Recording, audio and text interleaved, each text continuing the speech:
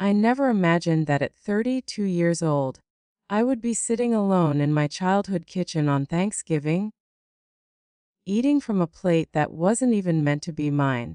The smell of roasted turkey filled the air, warm, rich, familiar. It drifted through the doorway from the dining room, where laughter echoed in bursts. My parents' laughter, my sister's laughter, and the voice of someone new, someone important enough to sit at their table. But not me. I sat on a cold wooden stool near the counter, staring down at my plate. The kitchen light above me buzzed faintly, like it was reminding me exactly where I belonged. Not with them. 20 minutes earlier, I had been standing in the dining room, holding my plate, ready to sit down like I had every Thanksgiving before, ready to be part of the family. Then Emily stopped me. Emily, my younger sister, the center of every room she entered. The golden child. The one whose happiness shaped the emotional climate of our entire household. Her voice had been soft, but sharp enough to cut. "Claire, maybe it would be better if you sat in the kitchen tonight." At first, I thought she was joking. She wasn't. She explained it carefully, like she was doing me a favor. Her boyfriend Daniel was visiting for the first time. He was successful, wealthy, refined, and she didn't want anything to ruin his impression of our family. Anything, or anyone. My parents hadn't objected. They hadn't defended me. They hadn't even hesitated. They simply agreed, and just like that, I was relocated. Not as a guest, not as a daughter, but as a problem that needed to be moved out of sight. So now here I was, alone, listening to the clinking of silverware and the hum of conversation from a room I had grown up in, but no longer belonged to. The strange thing wasn't the humiliation, it was how familiar it felt. Because this wasn't new. This was just the latest chapter in a story that had started decades ago. Growing up, there were always two versions of reality in our house. Emily's version, and everyone else's. Emily was 5 years younger than me, but somehow, she had always been older in importance. Her wins were celebrations. Her losses were emergencies. Her feelings were priorities. Mine were optional. I remember when I was 16 and bought my first car. I had worked for nearly a year, weekends at a bookstore, late nights shelving inventory, saving every dollar I could. It wasn't impressive, just an old sedan with faded paint and stubborn brakes. But it was mine. I had earned it. When I drove it home, I expected my parents to be proud. Instead, Emily cried. Not happy tears, angry tears. She said it wasn't fair that I had a car and she didn't. She was 11. 11. She couldn't even reach the pedals. But that didn't matter. What mattered was that she wanted something. And when Emily wanted something, reality rearranged itself to deliver it. Within a month, my parents had promised her a brand new car when she turned 16. Not because she earned it, because she felt entitled to it. And that was the pattern. When I succeeded, she was compensated. When I struggled, she was comforted. When I achieved something meaningful, it somehow became about protecting her from feeling less. I learned quickly that my role in the family wasn't to shine. It was to shrink, to succeed quietly, to exist without disrupting her spotlight. And over time, I became very good at it. I built a life on my own, a career, an apartment in the city, independence. I stopped sharing details with them, stopped expecting validation, stopped hoping things would change. But some part of me, the naive part, still believed holidays were different. That Thanksgiving, at least, was neutral ground. I had driven 3 hours to be here. 3 hours, hoping maybe this time would feel different. Maybe this time, I wouldn't feel like an outsider in my own family. But sitting alone in that kitchen, listening to them laugh without me, I realized something painful. Nothing had changed, and nothing was going to change. Because in this family, I had never been the daughter they made room for. I had always been the daughter they made room around. I picked up my fork and forced myself to swallow another bite. That's when I heard the front door open. Emily's voice rang out, bright and excited. "He's here!" Footsteps entered the house. A man's voice answered, confident, calm, unfamiliar. Daniel had arrived. And in that moment, sitting alone in the kitchen, invisible in my own childhood home, I had no idea that within the next 15 minutes, everything they believed about me, everything they assumed about my worth, was about to shatter completely. And the truth they were about to discover was the one thing Emily had spent her entire life trying to outrun. Because the moment Daniel saw my face, he didn't react like a stranger. He reacted like someone who already knew exactly who I was. I stayed where I was. I didn't move toward the dining room. I didn't rush to introduce myself. I didn't suddenly try to reclaim a seat that had already been taken from me. Instead, I remained on that kitchen stool, quiet and invisible, exactly where they had placed me. From where I sat, I could hear everything. Emily's voice had transformed.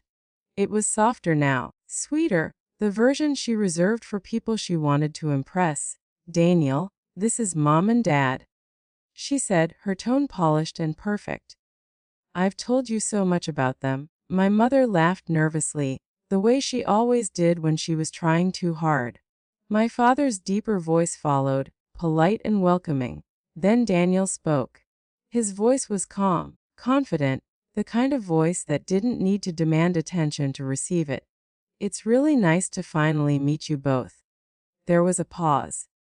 Chairs shifted. Glasses clinked. Normal sounds. Normal family sounds. Sounds I wasn't part of. I stabbed at my food without appetite, wishing I could fast forward through the evening, through the awkwardness, through the reminder of exactly where I ranked in their lives. Then Daniel said something unexpected. "I saw a photograph in the hallway," he said. "The one from a wedding, I think. The woman in the navy blue dress. Is that your daughter?" My hand froze. There was only one photograph like that in our house. One photo where I didn't look like an afterthought. Emily answered quickly. "Oh, that's just my older sister, Claire. Just." The word lingered in the air. Just Claire. Not accomplished. Not important. Just. There was a brief silence. Then Daniel asked a simple question. "Is she here tonight?" I stopped breathing. Emily hesitated. I knew that hesitation. I had lived in the shadow of it my entire life. It was the pause she used when deciding how to reshape reality. "She's not feeling well," Emily said finally. "She decided to rest." Rest. I almost laughed out loud. Resting in the kitchen, exiled for her convenience. "That's unfortunate," Daniel said. And there was something in his voice. Something genuine. I was hoping to meet her. My heart skipped, confused by his tone. Why would he care? "You were?" my father asked. "Yes," Daniel replied simply. There was another pause. Then he said the words that changed everything.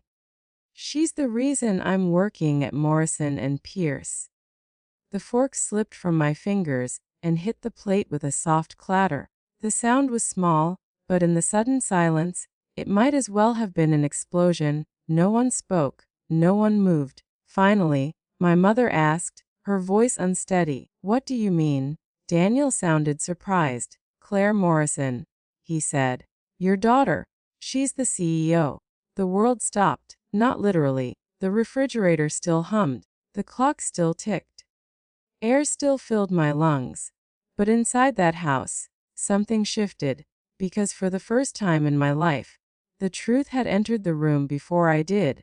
I didn't need to see their faces to know what they looked like. Shock, confusion, disbelief. Emily spoke first. "That's not possible," she said quickly. "Claire works in marketing." Worked, past tense, a smaller version of me she could understand. Daniel chuckled softly. "She did," he said. "Years ago. She worked her way up, director, vice president, and now CEO. She's completely transformed the company." Silence followed. Heavy silence, the kind that forces people to confront realities they never bothered to notice. I stood slowly. My legs felt steady, even if my heart didn't. I smoothed my sweater, lifted my chin, and walked toward the dining room. Every step felt different. Not because I had changed, but because they were finally about to see me clearly. When I entered the doorway, Daniel turned first. His eyes widened slightly, not in confusion but in recognition. Then he smiled, not politely, respectfully. "Claire," he said. He knew. He had always known. The rest of my family stared at me like I was someone else. Like I had walked in wearing a stranger's face. Like they were seeing me for the first time. Emily's expression was the hardest to look at. Not because she was angry. Because she was afraid. Afraid of something she couldn't control. Afraid of something she couldn't diminish. Afraid of me. Daniel stood and extended his hand. "It's an honor to finally meet you." Honor. No one in that house had ever used that word for me before. I shook his hand calmly. "Nice to meet you too, Daniel." Behind him, my parents said nothing. They couldn't, because in one sentence, everything they believed about me had collapsed. And for the first time in my life, I wasn't the invisible daughter anymore. I was the one holding the truth. And they had no idea what I was going to do with it. Because the moment my father finally spoke, he said something that proved he still didn't understand me at all. The silence in the dining room was unbearable. It stretched across the table like something alive, wrapping itself around every person present. My father was the first to break. He cleared his throat, forcing out a laugh that sounded unnatural, almost rehearsed. "Well," he said, gesturing awkwardly toward the empty chair at the table. "Claire, why don't you come sit with us?" I looked at the chair. The same chair that hadn't been available 20 minutes ago. The same chair that had somehow appeared the moment my job title became known. For a second, no one moved. No one breathed. Emily's eyes flicked toward me, sharp and watchful, as if she were trying to calculate what I would do. My mother offered a nervous smile. "Yes, honey," she added softly. "Come join us." Honey. The word felt foreign coming from her now. Not because she had never said it before, but because now it carried something new. Expectation. I understood what had changed. It wasn't love. It wasn't pride. It was value. I had value now. Not as a daughter, as an asset. Daniel remained standing beside me, his expression calm but observant. He wasn't blind to the tension. He could feel it, just like I could. I offered him a small, polite smile before turning back to my family. "I'm fine," I said evenly. My voice wasn't angry. It wasn't bitter. It was something worse. It was detached. My mother's smile faltered. "But you've barely eaten," she said. That was true, but not for the reason she thought. "I'm not very hungry," I replied. Emily shifted in her seat. Her discomfort was visible now, cracking through the confident image she had carefully constructed all evening. Daniel looked between us, confused. "You didn't join dinner earlier?" he asked gently. Before I could answer, Emily spoke quickly. She wasn't feeling well. She repeated the lie again, still clinging to it, still trying to control the narrative. I met her eyes. For once, she looked away first. Daniel frowned slightly. "That's strange," he said. "Claire never misses important moments at work. She's one of the most dedicated people I've ever met." Dedicated, reliable, competent. Words no one in my family had ever used to describe me. Not because I wasn't those things, but because they had never bothered to see them. My father shifted uncomfortably. "Well," he said, forcing another laugh, "we're very proud of Claire." Proud. Another new word. Another word that had appeared out of nowhere. I studied his face carefully. There was pride there. But it wasn't the pride of a father who had watched his daughter grow. It was the pride of someone realizing they were connected to something impressive. There was a difference. A painful one. "Thank," I said politely. Polite. Professional. The same tone I used with clients and strangers. Because that's what they felt like now. Strangers. Emily finally spoke again. Her voice was quieter. You never told us, she said. There was accusation in her words. Not curiosity, not admiration. Accusation. I tilted my head slightly. You never asked. The truth hung in the air, simple, undeniable. Her mouth opened, then closed again. She didn't have a response, because there wasn't one. Daniel looked between us, sensing the deeper meaning beneath the conversation. I hope I didn't overstep, he said carefully.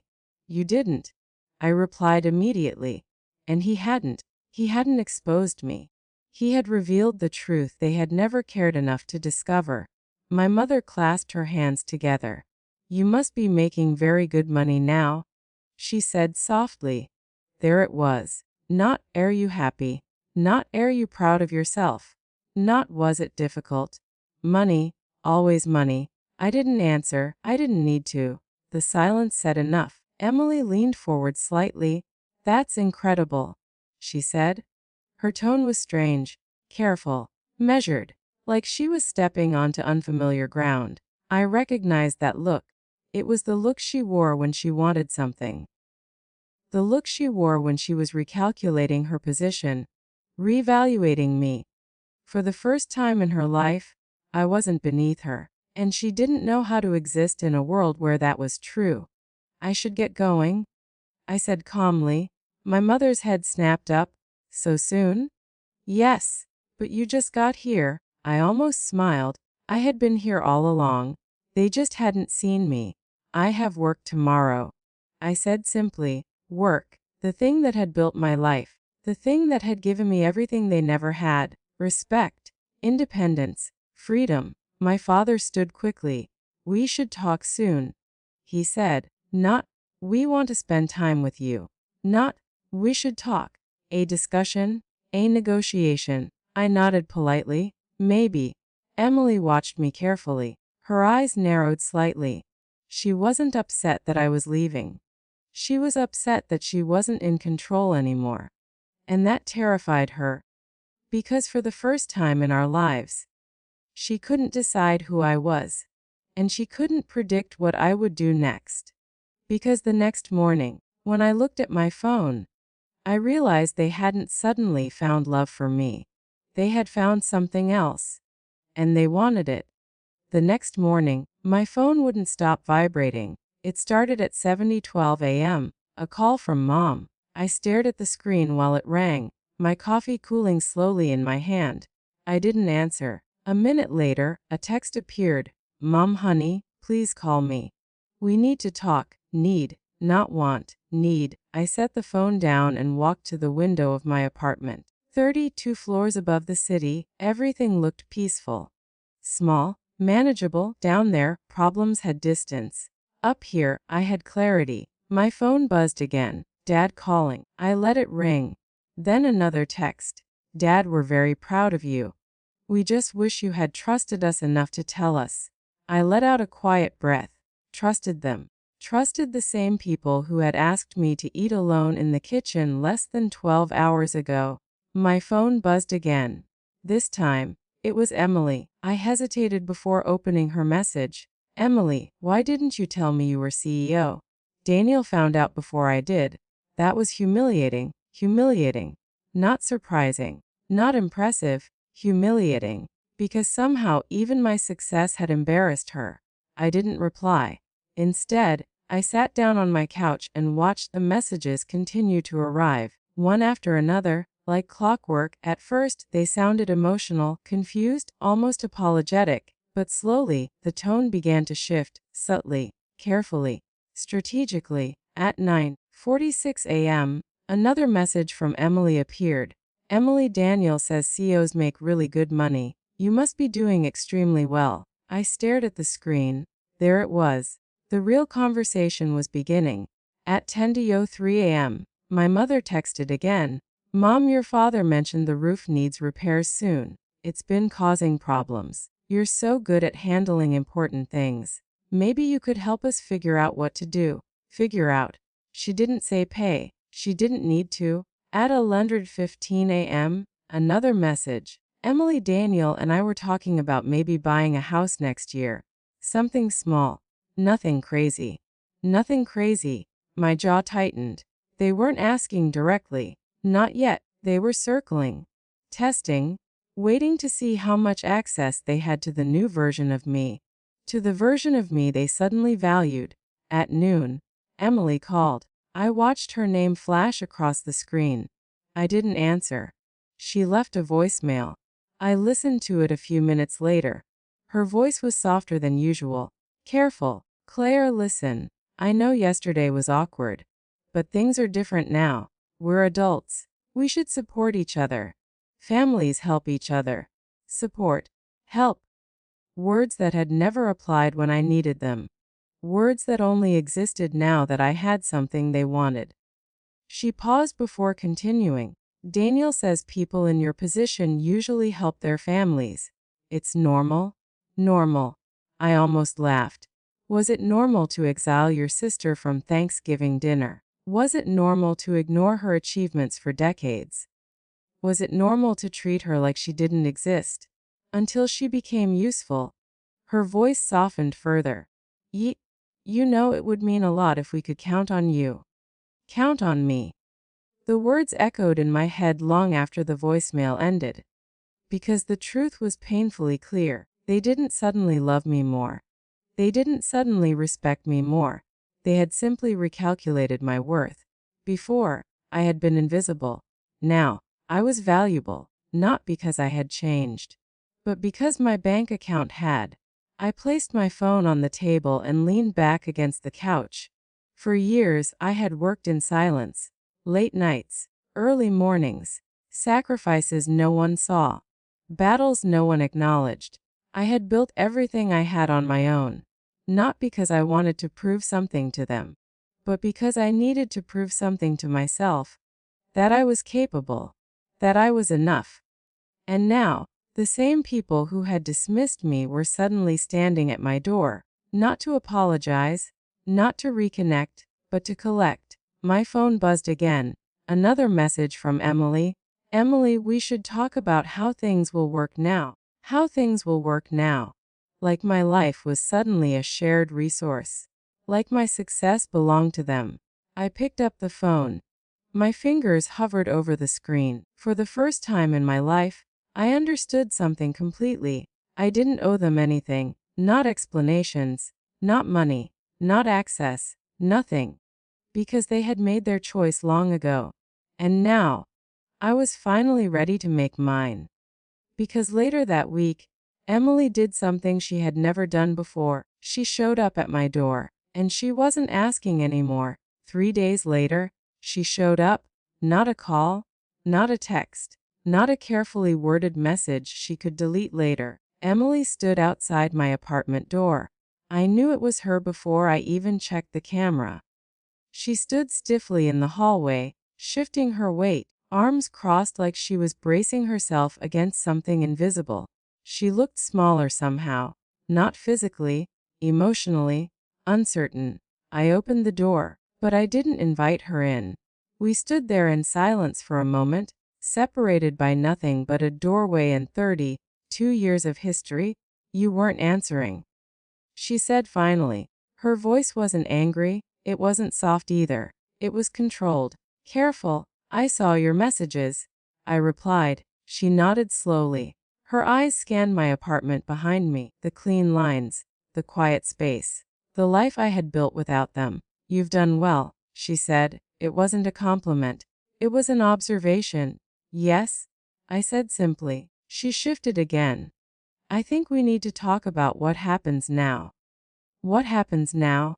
Like my life was a shared project that needed new management. I leaned against the doorframe. What do you mean? She hesitated. For a moment, I saw something vulnerable in her expression. Then it disappeared. Families support each other, she said. That's how it works. There it was again, support, help, obligation, all words that had never applied to me before. I supported myself. I replied calmly. She frowned slightly. That's different. How? She didn't answer immediately. Instead, she tried a different approach. Daniel thinks it's strange, she said. The distance between you and everyone. He says successful people usually take care of their families. I almost smiled. Not because it was funny. Because it was predictable. Did he also tell you how families usually treat their daughters? I asked quietly. She stiffened. That's not fair. Fair. The word echoed between us. I thought about the kitchen stool, the paper plate, the years of silence, the years of shrinking myself so she could feel bigger. What part isn't fair? I asked. The part where I built something on my own, or the part where you only noticed when it became useful? Her jaw tightened. That's not what this is. It isn't. She didn't answer, because we both knew it was. She tried again. You're being dramatic. Dramatic. Another familiar word. The word people use when they want to dismiss pain they caused. I took a slow breath. For 32 years. I said calmly. I was invisible to you. She opened her mouth to interrupt, but I continued. You didn't care where I worked. You didn't care what I achieved. You didn't care who I was. Her eyes flashed. That's not true. Then why didn't you know? Silence. Heavy. Unavoidable. She had no answer. Because there wasn't one. Her voice softened slightly. We're trying now. Trying. Now. After everything was already built. After everything was already proven. After I no longer needed them. I nodded slowly. I know. She waited. Waiting for forgiveness. Waiting for access. Waiting for things to return to a version of normal that had never truly existed. But something inside me had changed. Not overnight. Not suddenly. Gradually. Quietly. Permanently. I don't hate you. I said. Relief flickered across her face. But I wasn't finished. I just don't need you. The relief vanished. Replaced by something else. Something unfamiliar to her. Loss. Because for the first time in her life, she wasn't the center of my world. She was just someone standing outside my door. She looked at me like she was seeing me clearly for the first time. Not as her older sister, not as someone beneath her, but as someone separate, independent, beyond her reach. I thought. She began, then stopped. She didn't finish the sentence. She didn't need to. She thought I would always stay, always accept, always return. I offered her a small, calm smile. I hope you have a good life, Emily. Not cruel, not bitter, just final. She stood there for another second, waiting for something to change. It didn't. Slowly, she turned and walked away. I watched her until she disappeared around the corner. Then I closed the door, not with anger, not with regret, but with peace. For the first time in my life, I wasn't waiting for their approval. I wasn't hoping for their validation. I wasn't shrinking to make them comfortable. I was free. I walked back into my apartment, where silence filled the space. Not the lonely silence of rejection, the peaceful silence of independence. I had spent years thinking family was something you had to hold on to. Something you had to earn. Something you had to sacrifice yourself to keep. But I had learned something better. Family isn't defined by who shares your blood. It's defined by who sees your worth without needing proof. And sometimes, the strongest thing you can do is close the door that was never meant to keep you safe.